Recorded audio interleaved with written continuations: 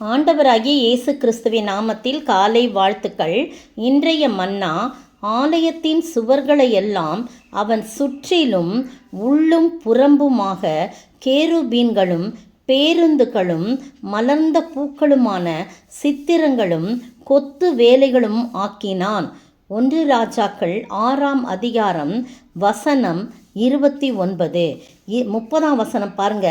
உள்ளும் புறம்புமாய் இருக்கிற ஆலயத்து தளவரிசையும் பொன் தகட்டால் மூடினான் என்று சொல்லப்பட்டிருக்குது. 21ஆம் வசனம் பாருங்க. ஆலயத்தின் உட்புறத்தை சாலமோன் பசும் பொன் தகட்டால் மூடி சந்நிதி ஸ்தானத்தின் மறைப்புக்கு பொன் சங்கிலிகளை குறுக்கே போட்டு அதை பொன் தகட்டால் மூடினான். ஒரு சாலமோன் ராஜா பாருங்க, தான் கட்டுற ஆலயத்தில் எவ்வளவு அலங்காரம் பண்ணுறான். எவ்வளவு அதிக பொண்ணு தான் அதிகமாக இருக்குது, வெள்ளி இருக்குது, வெண்கலம் இருக்குது, எல்லா மெட்டல்ஸும் வச்சு அவன் பண்ணுறத நம்ம பார்க்குறோம். அது மட்டும் இல்லை, அழகழகான கேருபீன்கள், பேருந்துக்கள், மலர்ந்த பூக்களுமான சித்திர வேலைகள் நிறைய செய்கிறாங்க. ஒரு ஆலயத்தில் அப்படி சந்நிதி பிரகாரங்களில் அப்படி சந்நிதி ஸ்தானத்தை ஆயத்தப்படுத்துகிறான் பாருங்க. 18ஆம் வசனத்தில் ஆலயத்திற்குள் இருக்கிற கேதுரு மரங்களில் மொக்குகளும் மலர்ந்த பூக்களுமான சித்திர வேலை செய்திருந்தது. பார்வைக்கு அது ஒரு கல்லாங்கிலும் காணப்படாமல் எல்லாம் கேதுரு மரமாய் இருந்தது. கர்த்தருடைய உடன்படிக்கை பெட்டியை வைக்கிறதுக்கு ஆலயத்துக்குள்ளே சந்நிதி ஸ்தானத்தை ஆயத்தப்படுத்தினான். அது எப்படி இருக்குதுன்னெலாம் பார்த்தா அதுவும் பசும்பொன் தகட்டால் மூடினான். கேதுரு மர பலிபீடத்தை அப்படியே மூடினான் என்று சொல்லி பார்க்கிறோம். அப்போது ஒரு உலக பிரகாரமான தேவ ஆலயம் ஆண்டவர் கட்ட சொன்ன அந்த ஆலயத்தில் அவன் எவ்வளவு அருமையான காரியங்களை உள்ளும் புறம்பும் சுற்றிலும் அப்படிப்பட்ட ஒரு அழகு செய்து அதை அழகாக செய்கிறான். அதற்கு பிறகு வேண்டுதல் செய்த போது கர்த்தருடைய மகிமை அந்த சாலமோன் ஆலயம் முழுவதையும் நிரப்பியது என்று சொல்லி பார்க்கிறோம். அப்படிப்பட்ட ஒரு மகிமையான ஒரு ஆலயத்தை சாலமோன் ஆண்டவருக்காக கட்டுகின்றான். அப்படி என்றால் நீங்கள் இந்த புதிய ஏற்பாட்டில் 1 கொரிந்தியர் 3ஆம் அதிகாரத்தில் 17ஆம் வசனத்தில் நீங்களே அந்த ஆலயம் என்று சொல்கிறார் பாருங்க. அப்போஸ்தலனாகிய பவுல் சொல்ற நீங்களே அந்த ஆலயம் ஆண்டவர் சொல்றார். ஒருவன் தேவனுடைய ஆலயத்தை கெடுத்தால் அவனை தேவன் கெடுப்பார். தேவனுடைய ஆலயம் பரிசுத்தமாயிருக்கிறது, நீங்களே அந்த ஆலயம். 16ஆம் வசனம் பாருங்க. நீங்கள் தேவனுடைய ஆலயமாய் இருக்கிறீர்கள் என்றும் தேவனுடைய ஆவி உங்களில் வாசமாய் இருக்கிறார் என்றும் அறியாதிருக்கிறீர்களா? நம்முடைய சரீரம் என்னும் ஆலயத்தை அவர் வாசம் பண்ணும் ஸ்தலமாய் மாற்றுவார், அதை அலங்கரிப்பார். அவர் இருந்தாலே ஒரு அலங்காரம் தான். நம்மை பார்க்கின்றவர்கள் கர்த்தரை காண்பார்கள், ஒரு பரிசுத்தத்தை காண்பார்கள். நம்முடைய முகத்திலே ஒரு பிரகாசம் இருக்கும். நாம் பேசும்போது கிருபையுள்ள வார்த்தைகள் வெளிப்படும். அநேகருடைய காயங்களை அது கட்டுகிறதா இருக்கும்.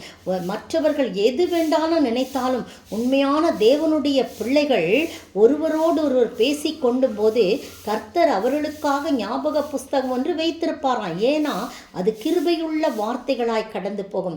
அது மற்றவர்களுடைய துன்பத்தை ஆற்றுகிறதா இருக்கும், ஆறுதல் படுத்துகிற வார்த்தையாக இருக்கும். அது மட்டும் இல்லை, அவங்கள எல்லா காரியத்திலையும் அரவணைக்கிற ஒரு வார்த்தையாய் காணப்படும். பிரியமானவர்களே, அதுதான் ஆண்டவர் சொல்றார். நீங்கள் தேவனுடைய ஆலயமாய் இருக்கிறீர்கள் என்றும் தேவனுடைய ஆவி உங்களில் வாசமாய் இருக்கிறது என்று அறியாதிருக்கிறீங்களா? நீங்கள் தான் தேவனுடைய ஆவி உங்களுக்குள்ளே இருக்கிறப்பனால நீங்கள் பரிசுத்தமாய் இருக்கிற தேவனுடைய ஆலயம் பரிசுத்தமாய் இருக்கிறது. ஒருவன் கெடுத்தால், அந்த தேவனுடைய ஆலயத்தை கெடுக்க நினைத்தால், நம்முடைய சரீரம் என்னும் ஆலயத்தை ஒருவன் கெடுக்க நினைத்தால் தேவன் அவனை கெடுப்பார். பிரியமானவர், இது எத்தனை உண்மையான காரியம் தெரியுமா?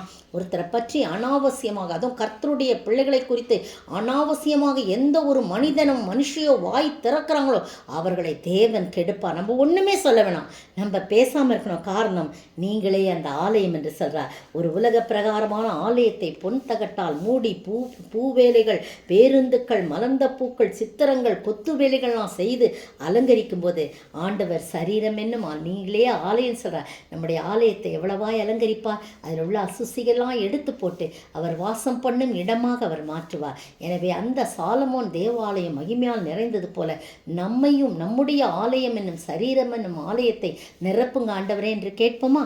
ஜெபிப்போம். சாலமோன் தேவ ஆலயம் உந்தனின் மகிமையால் நிறைந்தது போலவே சாலமோன் தேவ ஆலயம் உந்தனின் மகிமையால் நிறைந்தது போலவே எந்தனை நிரப்பிடும் இயேசுவே. நான் உந்தனின் மகிமையை ஊருக்கெல்லாம் சொல்லுவேன். சேனைகளின் கர்த்தாவே, உமது வாசஸ்தலங்கள் எவ்வளவு இன்பமானவைகள். சோத்திரிக்கிற ஆண்டவரே, துதிக்கிற ராஜா, எத்தனை இன்பமானவைகள் நம்முடைய வாசஸ்தலங்கள் என்று சொல்லப்பட்டிருக்கு. சாலமோன் சொல்கிறார் ஆண்டவரே. அப்போ எங்களை பார்த்து சரீரம் என்னும் ஆலயத்தை எவ்வளோ அலங்கரிக்கிறீங்க. நீங்கள் வந்துட்டாலே அது ஒரு அலங்காரம் ஆண்டவரே. பரிசுத்த ஆவியானவர்களுக்குள் இருந்தாலே அது ஒரு பெரிய அலங்காரம் ஆண்டவரே. அப்பா தகப்பனே, அப்படிப்பட்ட அலங்காரமாக நாங்கள் உமக்குள்ளாய் காணப்பட நீர் எப்பொழுதும் எங்களிலே வாசம் பண்ணி எங்களை சுற்றிலும் நீர் பாதுகாத்து, சுற்றிலும் வேலியிட்டு பாதுகாத்து ஆண்டவரே, நீர் கர்த்தாவை பொன் தகட்டால் அல்ல ஆண்டவரே, நீரே ஆண்டவரே பொன்மயமானவர், தங்கமயமானவர். எங்களோடு கூட எங்களை பாதுகாத்து வழிநடத்த வேண்டும் என்று கர்த்தரும் மீட்பரும் ராஜாவுமா இயேசு கிறிஸ்துவின் விலையேற பெற்ற நாமத்தில் ஜெபிக்கிறேன் பிதாவே, ஆமேன். நேற்றைய பதில்: பூமி மிகவும் அதிர்ந்தது.